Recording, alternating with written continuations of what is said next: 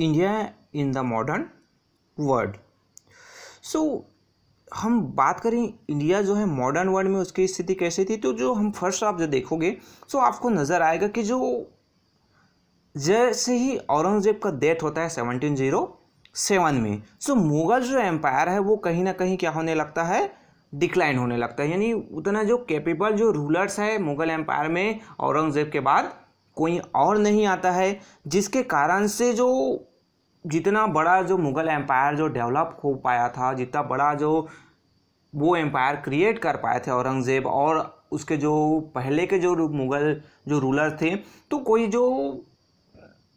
ताकतवर जो रूलर्स नहीं होने के कारण से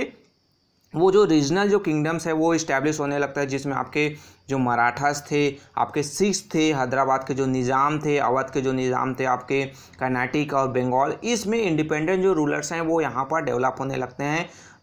और ये जो लोग हैं आपस में ही एक दूसरे पर लड़ाई लड़ने लगते हैं कि ज़्यादा से ज़्यादा एरिया जाने के लिए वो आपस में ही लड़ने लगते हैं। तो इसका जो फ़ायदा है वो कौन उठाता है, आपके ब्रिटिश तो यूरोपियंस है, जनरली यूरोपियंस जो इसमें आए थे, जिसमें मोस्ट जो पावरफुल थे आपके ब्रिटिश। तो वो पहले जो इंडिया में जो ट्रेडिंग एक्टिविटीज़ के लिए आए थे, इंडियन जो कोस्ट में ट्रेडिंग कर रहे थे, बट धीरे धीरे जो इंडियंस की जो क्या थी आपस में जो लड़ाई थी, वो आपस में जो लड़ रहे थे, आपस में एक दूसरे की जो दुश्मनी थी उसका वो एडवांटेज लेते हैं, फ़ायदा उठाते हैं और वो अपना जो ओन बेस है वो स्ट्रॉन्गर करने लगते हैं। यानी वो अपना जो जगह है यहाँ पर बनाने लगते हैं।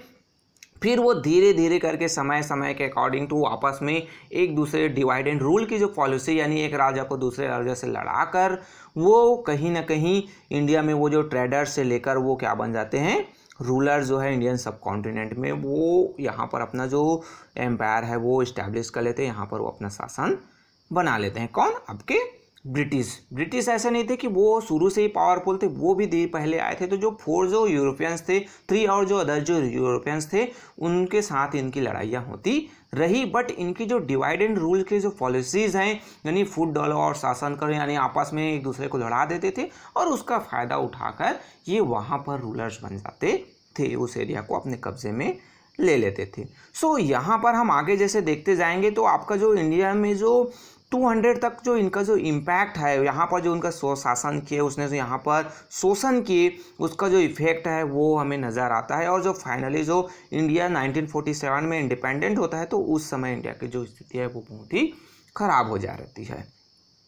देन नेक्स्ट आपको इम्पोर्टेंट जो है इसमें कि source of information of modern Indian history. अब ये जो हम मॉडर्न इंडियन हिस्ट्री की हम स्टडी कर रहे हैं, तो उसके बारे में हमें सोर्स कहाँ से मिलता है, हमें जानकारी कहाँ से मिलता है। तो यहाँ से आपके जो दो है कि जो है प्राइमरी सोर्सेज है और है आपके सेकेंडरी सोर्सेज। 2 टाइप के जो सोर्सेज है इन्फॉर्मेशन हमारे पास,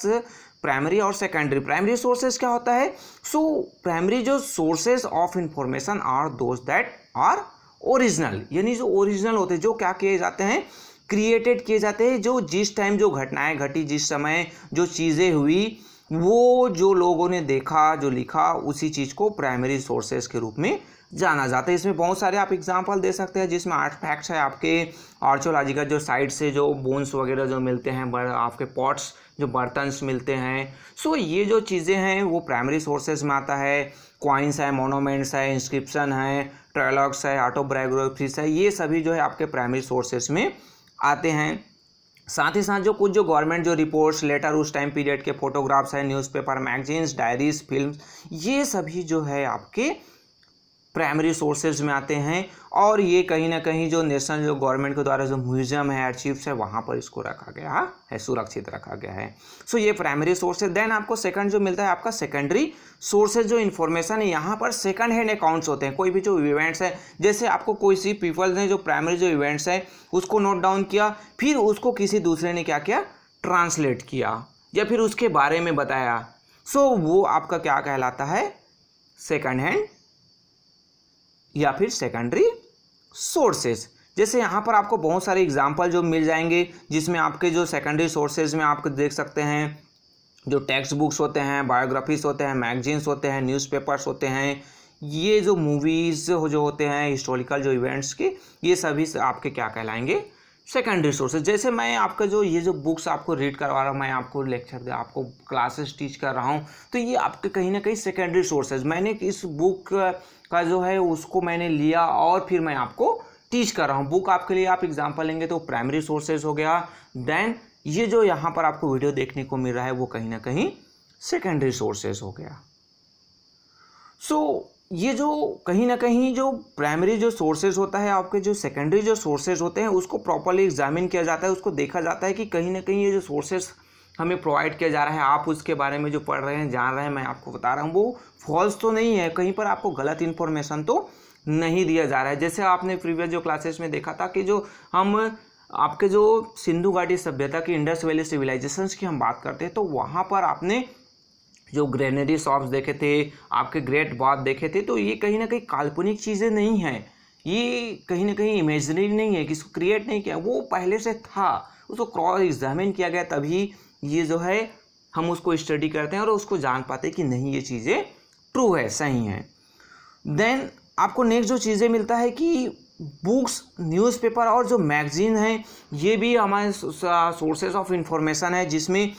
आप जो देखने को मिलता है एक जो चीज़ें है कि जो प्रिंटिंग प्रेस है उसका जो इन्वेंशन कहाँ पर हुआ था, आपके जो जनवरी में, कब, 15th सेंचुरी में। देन उसको इंडिया में आते आते कॉमन जो यूज़ है उसका कब होने लगा, इंडिया में 18th सेंचुरी, यानी 3 सेंचुरी के आसपास इंडिया में आते आते उसको टाइम लग गया। तो इसका जो एक ये इफेक्ट हुआ कि जो प्रिंटिंग प्रेस आने से जो बुक्स है, न्यूज़पेपर, मैगजीन है, पॉम्पलेट्स हैं, वो फास्टली और बहुत ज़्यादा अमाउंट्स में प्रिंट होने लगे, जिसके साथ जो बुक्स हैं, जो इंग्लिश जो बुक्स है, साथ ही साथ जो रीजनल लैंग्वेज में बुक्स हैं वो भी क्या होने लगे, प्रिंटेड होने लगे और लोगों के पास पहुंचने लगे,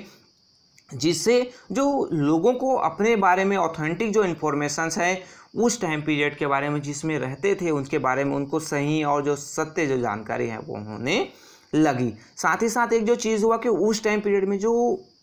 एक इंग्लिश मैन थे जिसे मैक्स म्यूलर कहा जाता था, इंग्लिश जो ऑफिसर थे, उनके द्वारा इंडियन जो लिटरेचर है जिसमें आपके वेदास और इंडियन जो फिलोसफी है उसको जो उसने जो है इंग्लिश में ट्रांसलेट किया, तो उससे भी कहीं ना कहीं जो ब्रिटिश का जो इन्फ्लुएंस है इंडिया का जो कल्चर है उस पर उसको पता चलता है। साथ ही साथ इंडियंस भी है उससे मोटिवेट हुए कि कहीं ना कहीं जो ब्रिटिश है वो हमारे लिटरेचर से, हमारी जो संस्कृति से क्या हो रहे हैं, मोटिवेट हो रहे हैं, सो हम क्यों ना उससे हो। देन नेक्स्ट आपका जो आता है कि गवर्नमेंट डॉक्यूमेंट्स, गवर्नमेंट जो डॉक्यूमेंट्स है वो भी हमारे लिए सोर्सेज ऑफ इंफॉर्मेशन है। ब्रिटिश ऑफिसर्स हैं उस समय सभी चीज़ों का जो प्रॉपर वो क्या करते थे, रिकॉर्ड रखते, जिसने भी ऑफिशियल जो ट्रांजेक्शन्स होते थे, ऑफिशियल जो लेटर्स होते थे, कोई भी इंफॉर्मेशन पहुंचाया जाता था उसका प्रॉपरली जो है उनके पास रिकॉर्ड रहता था। तो ये भी जो है उस टाइम पीरियड के बारे में इंफॉर्मेशन के रूप में हमें मिल सकता है। देन ये जो चीज़ें हैं आपके जो ऑफिसर जो लेटर है, गैजेट्स है, सर्वे मैप्स है, सेंसर जो रिकॉर्ड्स हैं, उनको कहीं ना कहीं अभी भी जो प्रिजर्व करके उसको सुरक्षित रखा गया, संरक्षित रखा गया। कहाँ पर, the national archives of India है या फिर नेशनल जो म्यूजियम न्यू दिल्ली है वहाँ पर उसको सुरक्षित रखा गया है। साथ ही साथ जो ब्रिटिश के द्वारा या फिर जो हमारे जो लीडर्स के द्वारा जो ब्रिटिश को जो लेटर्स जो लिखे गए थे उनको भी चेन्नई और मुंबई और जो कोलकाता में जो गवर्नमेंट म्यूज़ियम है वहाँ पर नेहरू जी के द्वारा, महात्मा गांधी के द्वारा या फिर अदर जो लीडर्स के द्वारा जो लेटर, जो रिक्वेस्ट, जो लेटर लिखे गए थे वो सभी को संभाल कर रखा गया है। तो ये भी सोर्सेस ऑफ इंफॉर्मेशन है। देन आपको नेक्स्ट मिलता है कि हिस्टोरिकल बिल्डिंग्स। अब हिस्टोरिकल बिल्डिंग्स में आप उस समय जो आपका जो जनरली हम कह सकते हैं कि जो ब्रिटिश का जो टोटल जो पीरियड था वो लगभग 200 ईयर्स का था, तो उनके द्वारा बहुत सारे जो बिल्डिंग्स यहाँ पर बनाए गए और कुछ जो ऐसे जो बिल्डिंग्स है वो अभी भी हमारे लिए यूजेबल है। जैसे हम बात करते हैं इंडिया गेट की बात किया जाए या फिर जो कहीं ना कहीं हम देखते हैं आपका जो हमारा जो पार्लियामेंट हाउस है वो भी कहीं ना कहीं ब्रिटिश का जो एक बनाया हुआ स्ट्रक्चर है, जिसमें यहाँ पर एक जो चीज़ एग्जांपल दिया गया है, इम्पोजिंग गेटवे जो है, गेटवे टू इंडिया है। उस समय जो किंग जॉर्ज V जो यहाँ पर आए थे क्वीन मैरी के साथ बॉम्बे में, तो 1911 में ये बनाया गया था। सो ये बहुत सारे जो ऐसे जो बिल्डिंग्स वगैरह मोनूमेंट्स है उस टाइम पीरियड्स के, जो हमें उस पीरियड्स के बारे में हमें इंफॉर्मेशन देते हैं। जैसे यहाँ पर विक्टोरिया जो मेमोरियल है आपके कलकत्ता में, उसका जो इमेज है वो आपको देखने को मिल रहा है, तो इससे उस टाइम पीरियड्स के बारे में हमें इंफॉर्मेशन मिलता है। साथ ही साथ ये जो पेजेस है वो आपके किसी न किसी बुक्स के आपके पास अवेलेबल हैं, तो उस टाइम पीरियड में पता है ये पेंटिंग्स आपको दिखाई दे रहे हैं। तो ऐसे बहुत सारे जो पिक्चर है, इमेजेस है, पेंटिंग्स है, उस समय टाइम पीरियड के आपको देखने को मिलते हैं। तो उस समय के जो इन्फॉर्मेशन है वो हमें प्रोवाइड किया जाता है। जैसे यहाँ पर इस इमेज में आप देख सकते हैं कि जो इंडियन जो वेटर्स है वो जो ब्रिटिश जो रिलैक्स कर रहे हैं क्लब में, तो वहाँ पर वो जो है क्या कर रहे हैं, इंडियन जो वेटर है वो उनको चाय नाश्ता है वो सर्व कर रहे हैं, टी उसको सर्व कर रहे हैं। तो ये कहीं ना कहीं उस टाइम पीरियड के जो इन्फॉर्मेशन है वो हमें प्रोवाइड करते हैं। सो ये आपके जो कंप्लीट आपका जो चैप्टर फर्स्ट का जो एक वीडियो है आपको देखने को मिला। वीडियो पसंद आए तो लाइक ज़रूर कीजिएगा, क्योंकि आपका एक लाइक्स मुझे और बेहतर वीडियो बनाने के लिए मोटिवेट करेगा। साथ ही साथ इस वीडियो को अपने दोस्तों के साथ शेयर ज़रूर कीजिए। अगर आपके कुछ डाउट्स हैं या फिर आपको कुछ सजेस्ट करना है तो आप कमेंट्स बॉक्स में जाकर कमेंट्स भी कर सकते हैं। और अभी तक आपने इस यूट्यूब चैनल को सब्सक्राइब नहीं किया है तो सब्सक्राइब ज़रूर कीजिए, ताकि हमारा जो साथ है वो ऐसे ही बना रहे। So okay.